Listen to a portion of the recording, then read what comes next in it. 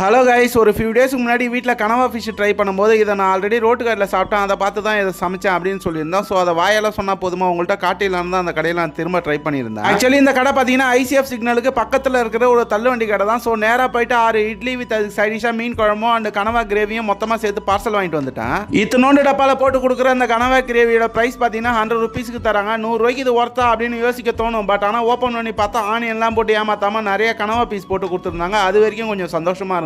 So அப்படியே வாங்கிட்டு வந்த இட்லியை பிளேட்டில் எடுத்து வச்சு அது கூட சைட் டிஷ்ஷான மீன் குழம்பு ஊற்றி கொஞ்சம் நேரம் ஊற வச்சு அப்படியே எடுத்து சாப்பிடலாம். டேஸ்ட் ரொம்பவே சூப்பராக இருக்கும். பட் ஆனால் நம்ம சைட் டிஷ்ஷாக 100 ரூபா போட்டு கனவா வாங்கிட்டு வந்திருக்கோமே, அப்புறம் அதுக்கு என்ன மரியாதை? ஸோ வாங்கிட்டு வந்த கனவாவை அப்படியே பிளேட்டில் கொட்டி அந்த ஊறின இட்லியை எடுத்து அப்படியே அந்த கனவாவோட அள்ளி சாப்பிடும்போது டேஸ்ட் சும்மா பக்கவாக இருந்தது. அதுவும் குடிமகனுக்குலாம் சொல்லவே தேவையில்ல, ரொம்பவே பிடிக்கும் போல. ஏன்னா காரம் அவ்வளோ தூக்கலாக இருந்தது. அண்ட் எனக்கு ஒரு சின்ன டவுட், இந்த மீனோட பேர் கனவாவா இல்லை கடம்பாவா அப்படின்றத கமெண்ட்ல சொல்லுங்க. அப்படியே இந்த வீடியோ பிடிச்சிருந்தா லைக் பண்ணுங்க. டாடா கைஸ், பாய்.